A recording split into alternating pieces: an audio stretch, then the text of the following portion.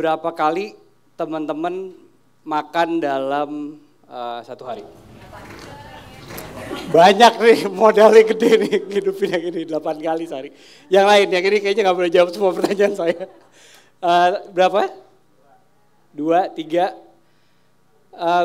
Kalau misalkan rata-rata makan 2-3 kali sehari, berarti dalam waktu sebulan kita itu makan sekitar 60-150 kali makan dalam sebulan.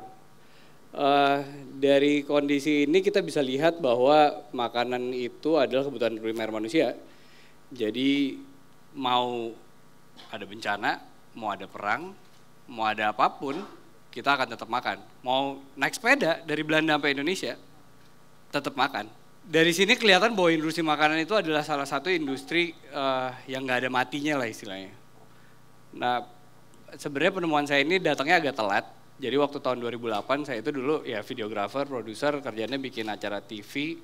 Terus habis itu ada krisis kecil waktu itu, program TV saya di-cut sama salah satu stasiun TV swasta. Akhirnya saya tiduran aja gitu di rumah, kayak ini gue mau ngapain lagi nih, kagak ada duit nih abis ini. Terus saya mikir kenapa sih kita nggak bikin konten sendiri dan cari industri, cari vertikal yang emang tahan krisis. Yang salah satunya waktu itu saya nemuin makanan. Kenapa kita nggak bikin konten makanan aja? Nah, pertanyaan berikutnya, berapa kali, ada yang nggak boleh jawab, berapa kali teman-teman masak dalam sebulan? Nggak sama sekali? Ini beneran gak ada yang masak nih? Nggak, kenapa nggak masak? 1 kali seminggu. Kenapa pada nggak masak? Simple. Ketika saya ngelihat kondisi jawaban-jawaban seperti ini, yang nggak peduli ini simple, nggak mau repot. Ketika ngelihat kondisi kayak gini, saya ngelihat bahwa orang banyakan yang nggak masak gitu. Nah di tahun yang sama, di tahun 2008 itu, teman dekat saya dan beberapa teman-teman saya ngelanjutin kuliah ke luar negeri. Nah waktu itu saya mikir di Jakarta, kalau sampai teman-teman lingkungan saya ini pada masak sih sebenarnya. Saya sendiri suka masak bareng-bareng di rumah lucu-lucuan. Nah terus, tapi banyak teman-teman saya yang lain yang memang dia nggak pernah masak sama sekali di rumah, ya di rumah tiba-tiba udah ada aja makanannya gitu, atau ya udah jajan di luar pergi ke warteg gitu. Nah tiba-tiba ketika mereka harus berangkat ke luar negeri, di bulan pertama mungkin mereka bakal senang-senangnya tuh jajan ini, jajan itu segala macam, cobain ini, cobain itu. Di bulan kedua mereka akan menemukan krisis moneternya sendiri. Dan kedua, mereka mulai kangen sama yang namanya gulai ayam dan tempe orek. Waktu zaman dulu itu bekal kita cuman website resep, ya dulu ada satu website resep gede banget yang ngisi resep Indonesia. Tapi buat temen-temen yang gak pernah masak sama sekali, yang tadi bilangnya masak itu buat asisten rumah tangganya bukan tugas dia, itu akhirnya dikasih resep, yang terjadi adalah mereka nelpon hotline. Udah ada resepnya, nelpon hotline. Halo Mah, ini cara masak rendangnya gimana sih? Tulisannya di sini santannya sekian liter, tapi kok beda ya jadinya. Telepon hotline, udah ada resepnya tetap telepon hotline. Nah habis itu kita mikir waktu kenapa nggak kita bikin aja ya video tutorial yang orang-orang yang nggak bisa masak sama sekali bisa lihat, bisa bener ikutin gitu loh. Kayak ini cara masak rendang yang bener gini, cara nyeduh kopi yang baik tuh begini, cara bikin teh yang baik gini, cara bikin tempe orek tuh kayak gini. Jadi orang-orang dimanapun dia berada bisa ikutin itu. Akhirnya kita bikin Masak TV. Waktu itu bareng sama, ya karena kita mau bikin acara masakan kan, saya akhirnya pergi ke, jadi partner saya itu punya sepupu yang berkuliah di salah satu kampus perhotelan di selatan Jakarta. Terus akhirnya saya ke sana ya karena mau bikin acara masakan mesti cari yang emang belajar gitu, yang emang beneran tahu backgroundnya. Akhirnya pas ke sana ketemu dengan sepaket tuh, ketemu 3 orang, ada Tirta Pane, terus ada Faisal Lanin, abis itu ada Alvin Maulana. Ini mereka bertiga setuju sama kita bareng-bareng bikin Masak TV. Akhirnya kita seru-seruan syuting segala macem. Sampai di tahun 2012 kita ketemu dengan salah satu video ini. Oi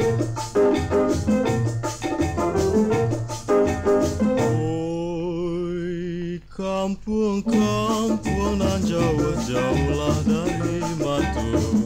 Oi kampung-kampung nan jauh-jauhlah dari Batu. Babukit bagun. video itu ditaruh, diiklanin di depan video saya di YouTube dengan channel bernama Tastemade. Saya tadi di depan lihat kan nama belakang saya Bagindo ya. Saya waktu itu betul-betul merasa terhina sih. Siapa ini ada bule dari Amerika ugal-ugalan masang iklan di depan video saya isinya resep Sumatera Barat, lagunya kayak begitu. Saya kayak what, ini siapa? Akhirnya saya bilang ke tim sosial media saya kayak kirim email ke manusia itu, kirim di siapa mereka, tanya maksudnya apa.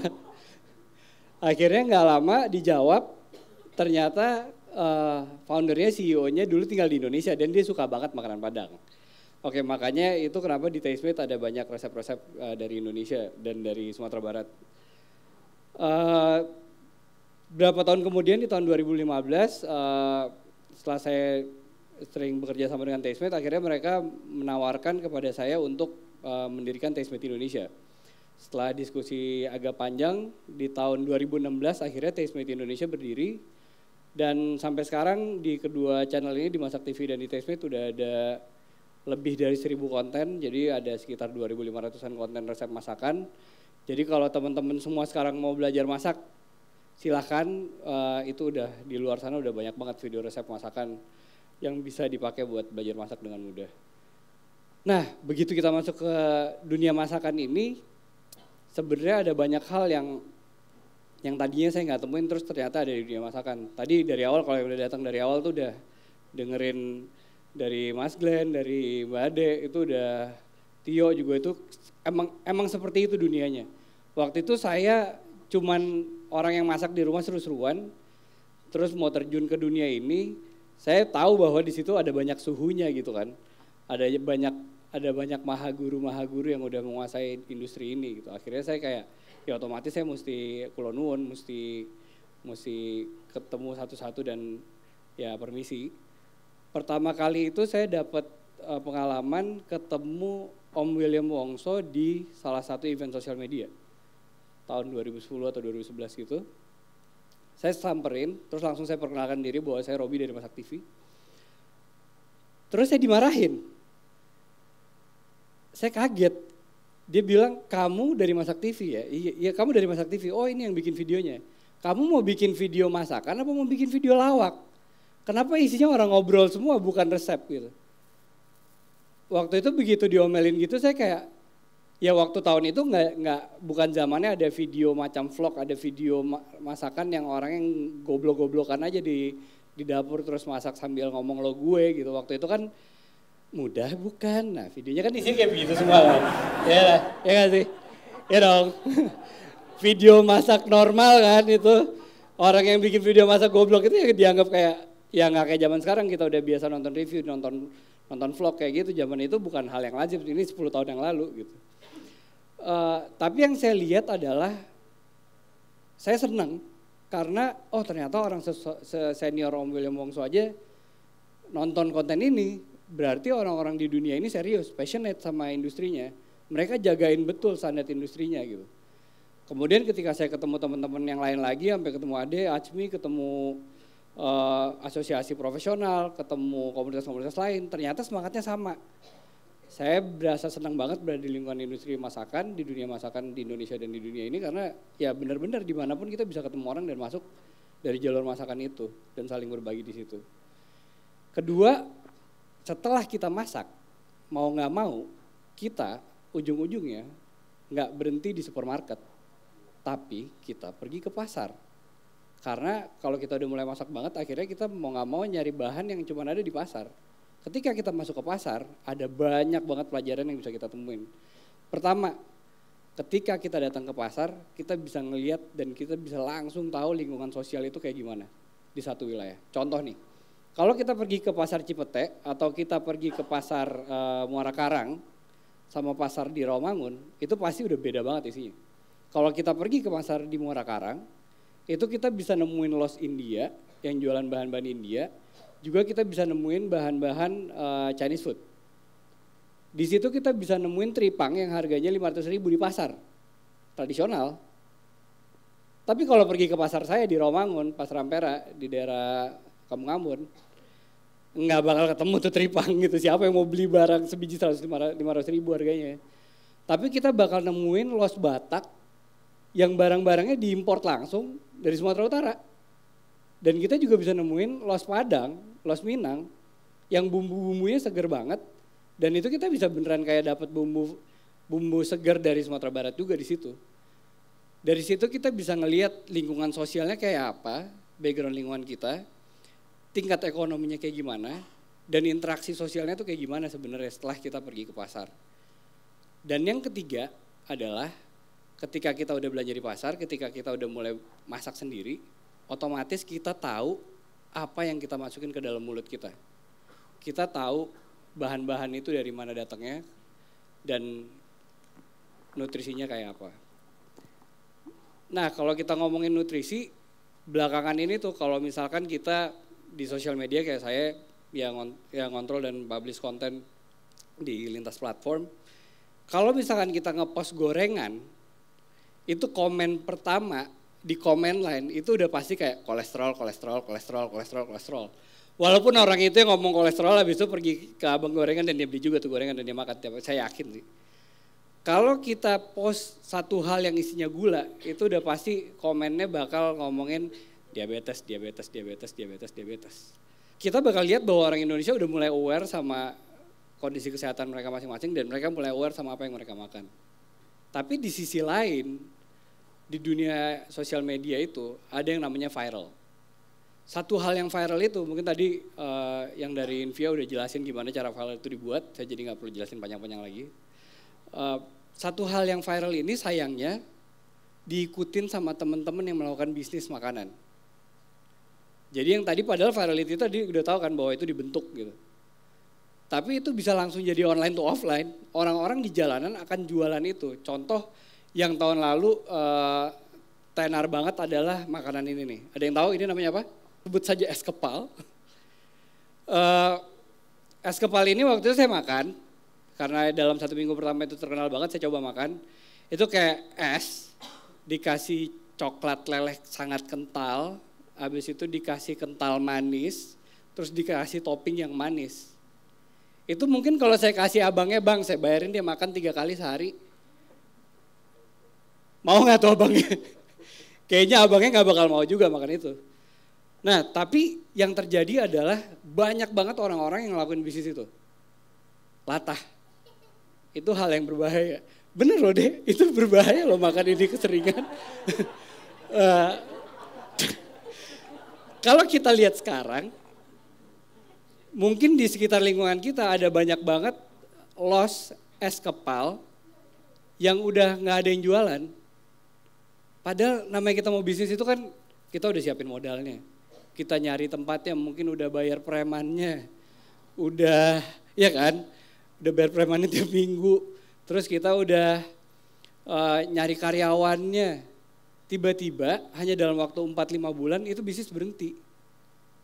Mungkin Mas Tio bete kali itu kalau kayak gitu pasti.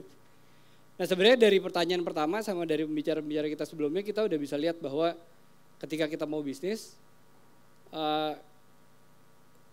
dari yang 60 kali sampai 150 kali kita makan per bulan itu kita udah bisa tahu tuh.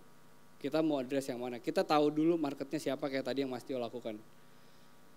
Kita mau jualan makanan yang mana nih? Kita mau jualan makanan untuk sarapan aja, mau jualan makanan untuk siang aja, makanan manusia ya, yang untuk siang hari aja. Atau kita mau jualan makanan yang emang cuman buat dimakan sama orang 1 minggu sekali doang. Bebas, itu udah ada marketnya. Silahkan jualanlah ke satu hal yang bukan kira-kira, yang udah jelas bisa sustain. Kecuali emang teman-teman mau ngelakuin jualan yang emang, oh gue mau jualan yang viral aja, yang gue lakuin tiap 3 bulan sekali gue ganti menu yang viral lagi gitu. Itu silakan aja. Tapi jangan terjun ke dunia bisnis kuliner hanya karena latah apa yang ada di dunia viral. Nah, selanjutnya kalau kita udah ke pasar juga ketika kita mau bisnis, kita tentunya bakal ngeliat komoditi apa yang melimpah di pasar di sekitar kita. Otomatis kalau kita melihat ada satu komoditi yang melimpah, harganya tentunya akan lebih rendah. Karena suplainya banyak. Nah dari situ tadi sebenarnya rumusnya udah jelas tuh. Marketnya siapa, kita mau jual apa, lihat komoditas sekitar. Kira-kira kalau 3 hal ini kita gabungkan, mudah-mudahan bisnis kuliner teman-teman itu bisa berjalan dengan lancar. Nah, setelah itu, ini tadi udah ngomongin bisnis, ngomongin bahan. Selanjutnya adalah ajakan saya adalah mari masak. Karena setelah kita masak, setelah kita tahu apa yang kita makan, nantinya di kedepannya kita juga bisa tahu makanan apa yang akan kita kasih ke generasi penerus kita. Sekian dari saya, wassalamualaikum warahmatullahi wabarakatuh. Buka aja Bukalapak.